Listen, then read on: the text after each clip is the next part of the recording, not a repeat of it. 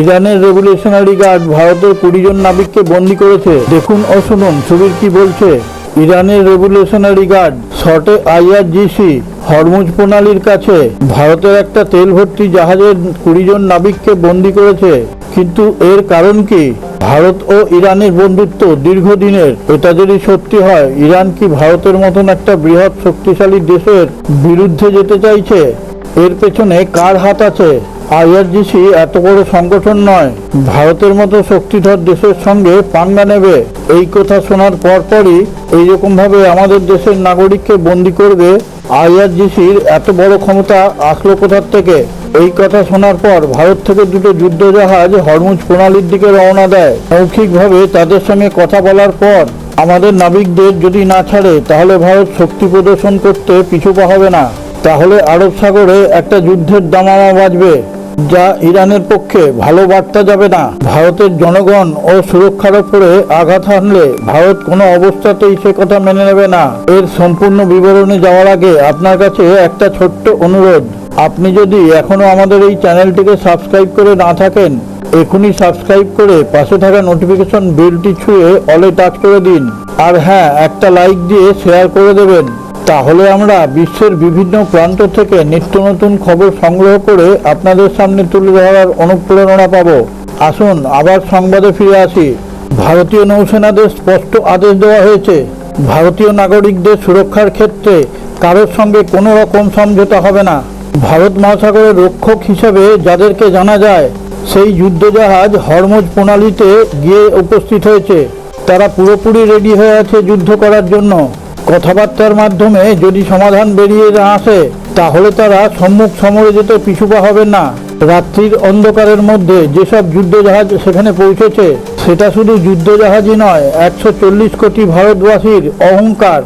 ভারত এখন কোনো দেশেরই দাদাগিরি সহ্য করবে না। সমুদ্রের মাঝে কেউ যদি অশান্তি করার চেষ্টা করে, তাকে তার সমুচিত জবাবই পেতে হবে। এটাকে আমরা অপারেশন সংকল্প নামেই জানি। হরমুজে ইরানের বদমাইশির কথা আমরা জানি। ভারত আগের থেকে এখন অনেক বেশি শক্তিশালী ও সংগঠিত। 2019-এ ওমান জলসীমার কাছে যখন তেল ট্যাঙ্কারের ওপর হামলা শুরু হয়েছিল, তখন ভারতীয় নৌসেনা বিশেষভাবে ট্রেনিং প্রাপ্ত হয়েছিল।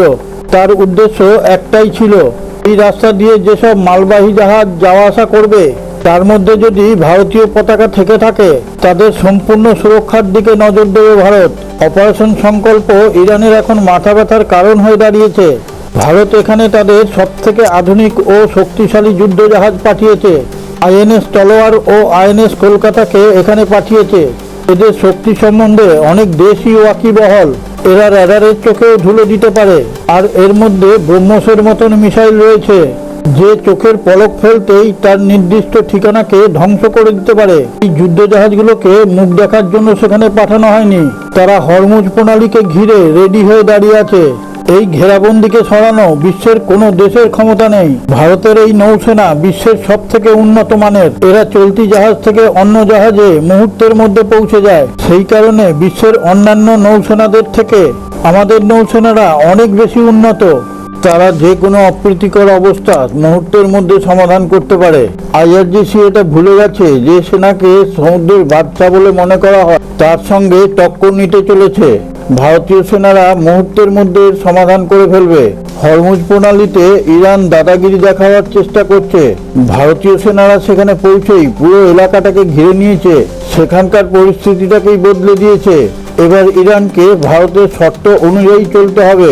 ইরানকে এই শর্ত মানতেই হবে, তা না হলে ইরানের কপালে অনেক দুঃখ আছে। ভারতের বীর সেনারা হরমুজ প্রণালীতে লড়াই করার জন্য রেডি হয়ে গেছে। ইরানকে এর জন্য অনেক পস্তাতে হবে। সম্পূর্ণ ভিডিওটা দেখার পর আপনি আমাদের চ্যানেলের কমেন্টে গিয়ে আপনার সুচিন্তিত মতামত প্রকাশ করুন। জয় হিন্দ কথাটা লিখে দেবেন। সারে জাহাঁ সে আচ্ছা हिंदुस्तान हमारा हमारा सारे जहां से अच्छा।